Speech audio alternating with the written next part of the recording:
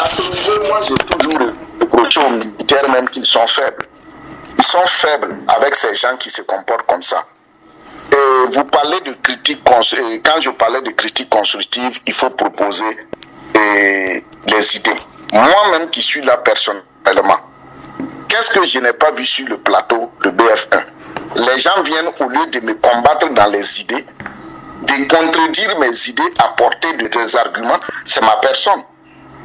Bon, si quelqu'un même déjà s'attaque à la personne de quelqu'un, au lieu de s'attaquer à ses idées, vous pensez que dans ce contexte-là, on peut parler, par exemple, des débats d'idées avec les intellectuels? Qui a eu des voix discordantes?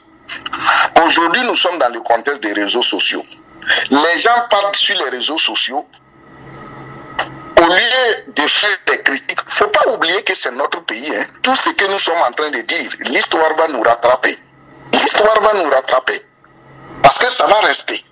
Maintenant, tu viens sur les réseaux sociaux, on dit non. Et, par exemple, quand je prends le cas de l'affaire Adja, quand les gens ont pris rapidement le problème, le fait que les militaires sont partis et on a commencé à accuser le régime. Moi, j'ai dit non, il ne faut pas voir les choses comme ça. J'ai dit effectivement, les militaires ont fauté en allant là-bas avec des blindés. Mais le procureur lui-même, il fait quoi pour régler le problème? Puisque d'autant plus que les gens sont venus poser un problème, même s'ils sont venus militairement. Entre autorités, quelle solution il faut trouver? C'est dans le sens de ce que j'ai dit, il faut avoir des idées constructives. Mais on a vu comment le problème a été récupéré. Ça se retrouve aujourd'hui dans l'affaire de l'extradition de François Compaoré. Où sont les critiques? En temps de crise dans un pays, il faut éviter de mener des débats de corporation et éviter de mythifier les choses. Les militaires sont allés au palais, c'est pas joli à voir, mais c'est pas aussi en soi une faute, parce que un militaire peut se déplacer en fonction du lieu ou du problème, peut arriver avec des armes. Mais maintenant, est-ce que sur le terrain, quand les militaires sont arrivés, je voulais juste montrer le côté idée. Mais quand ils sont venus, c'est ce que moi j'ai donné comme avis. Quand ils sont venus, ils ont fait la faute. Comment maintenant le procureur résout la faute entre autorités? Voilà là où vient maintenant le débat constructif. Les gens ont fait une faute. Toi, tu fais comment pour corriger la faute en tant qu'autorité? Voilà le débat que je veux faire montrer. Il va falloir que chacun à son niveau travaille à ce que le pays grandisse. Tout le spectacle qu'on s'est donné dans cette affaire, ça grandit qui? Personne. Personne. Parce que ils sont allés, quand on dit qu'ils sont allés extirper, vous voyez que le ministre, c'est le ministre de la Justice qui était obligé de dire au commandant des GSP, remettez-les la dame. Qu'est-ce qui s'est passé entre le ministre et le procureur ou les magistrats? Voilà, moi, ce n'est pas des choses dont j'ai peur de discuter. Menons les débats d'idées pour que le pays se construise. Ne menons pas des idées, des débats de corporation. Par exemple, quand vous prenez, on vient dans ceux qui partent au front. Toi, tu es assis à Ouagadougou. Le pays brûle. Les gens sont en train de prendre des affaires et ils fuient. Ton village est attaqué. Tu viens au lieu de dire président, notre village est attaqué, on est en train de nous organiser, qu'est-ce qu'on peut faire? Qu'est-ce que tu peux faire pour nous? On vient maintenant, on dit que non, c'est le gouvernement qui fait rien. Vous avez dit que vous allez faire coup d'État, vous êtes à Ouagadougou, assis dans des climatiseurs, ou bien en train de faire ceci. Est-ce que ça là, c'est une critique constructive? De vous à moi. Ton village est attaqué. Qu'est-ce que tu fais? Tu fuis et tu es en résistance. Ce que tu peux dire au président et à l'ensemble des Burkinabés, nous sommes ici, on veut de l'aide. C'est tout.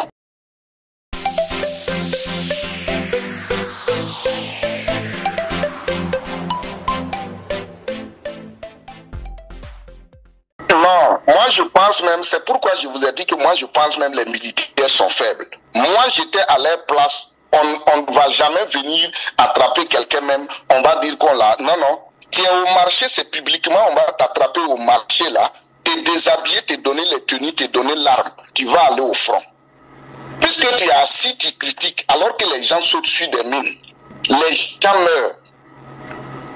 Qu'est-ce que toi, quand on prend le cas Louré, tout dernièrement, qu'est-ce qu'il n'a pas dit sur sa page Facebook? Parce que c'est ce que je vous disais.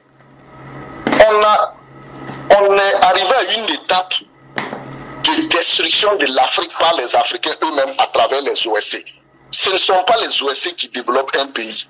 Les OSC n'ont jamais été des instituts de recherche ni des laboratoires. C'est du clientélisme politique. Il est médecin. Tu veux faire la politique, assume-toi. Combien de médecins dans ce pays ont fait la politique? Mais tu te verses dans des questions d'activistes sur les réseaux sociaux tout en oubliant que tu n'es pas n'importe qui.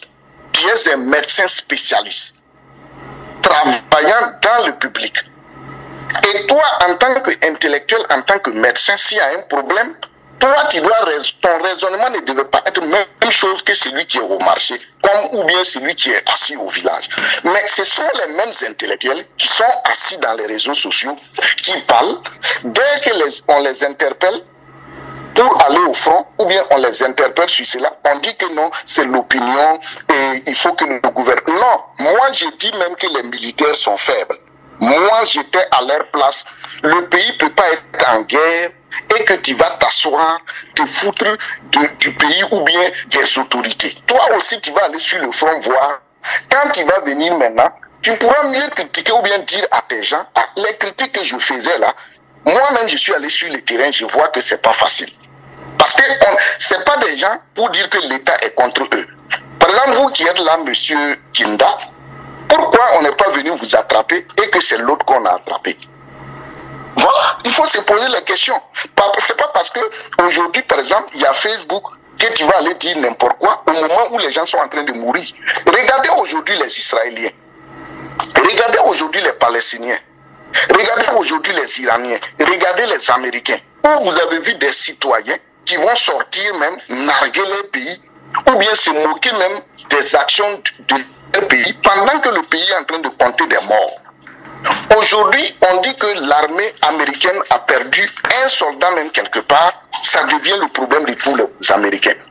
Maintenant, comment nous, on va construire notre patriotisme si on voit que des militaires meurent par dizaines, des populations meurent par dizaines, et au lieu que les gens, d'abord même, n'ont qu'à être choqués et réfléchir, non, au contraire, ils récupèrent la situation pour maintenant charger, humilier, injurier les autorités.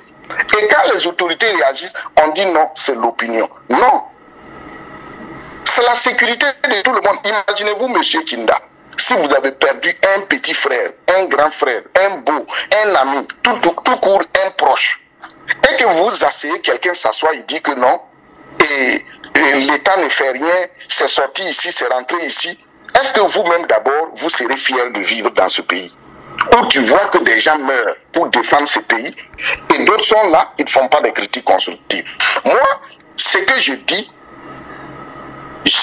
il faut que les gens soient conscients de ce que nous vivons. C'est grave ce que nous vivons. Et c'est à Ouagadougou les gens font ces débats-là. Ceux qui sont dans les autres villes, à Ouaïgouya, en province, ils n'ont jamais eu le temps même de faire ces trucs-là. Parce qu'ils vivent des dures réalités. Ceux qu'on a amenés au front, ils sont combien? Pour le moment, je crois que c'est 2 personnes, non, Rasta et puis l'autre. Et on dit, bon, il y a d'autres qu'on ne connaît pas. Mais ceux qui sont allés au front, là, quand ils sont revenus, est-ce que vous avez vu quelqu'un qui a dit que non, et en réalité c'est faux, il n'y a rien au front? Eux-mêmes, quand ils reviennent du front, ils sont fiers d'en parler et ils sont plus émotionnés même qu'avant. Parce qu'ils ont vu, ils ont enjambé des morts. Ils ont vu des gens agoniser jusqu'à mourir. Est-ce que leur discours sera le même? Pas du tout. Donc, moi, je pense qu'il faut qu'on respecte nous-mêmes et notre pays. Des gens sont en train de mourir. Par exemple, moi qui suis ici aux États-Unis, imaginez-vous, monsieur Kinda, que moi, à partir des États-Unis, je me mette à critiquer n'importe quoi qui se passe au Burkina pour dire que non, c'est pas bon, c'est mauvais, c'est pas bon, un tel là, il est mauvais. Pourquoi? Moi-même, qui est là, loin de là-bas, Au lieu d'encourager, c'est ton pays, c'est toi-même qui met encore le feu. Ça va donner quoi? Voilà. C'est ça, moi, je ne veux pas. Et je dis, les gens n'ont qu'à réfléchir idée.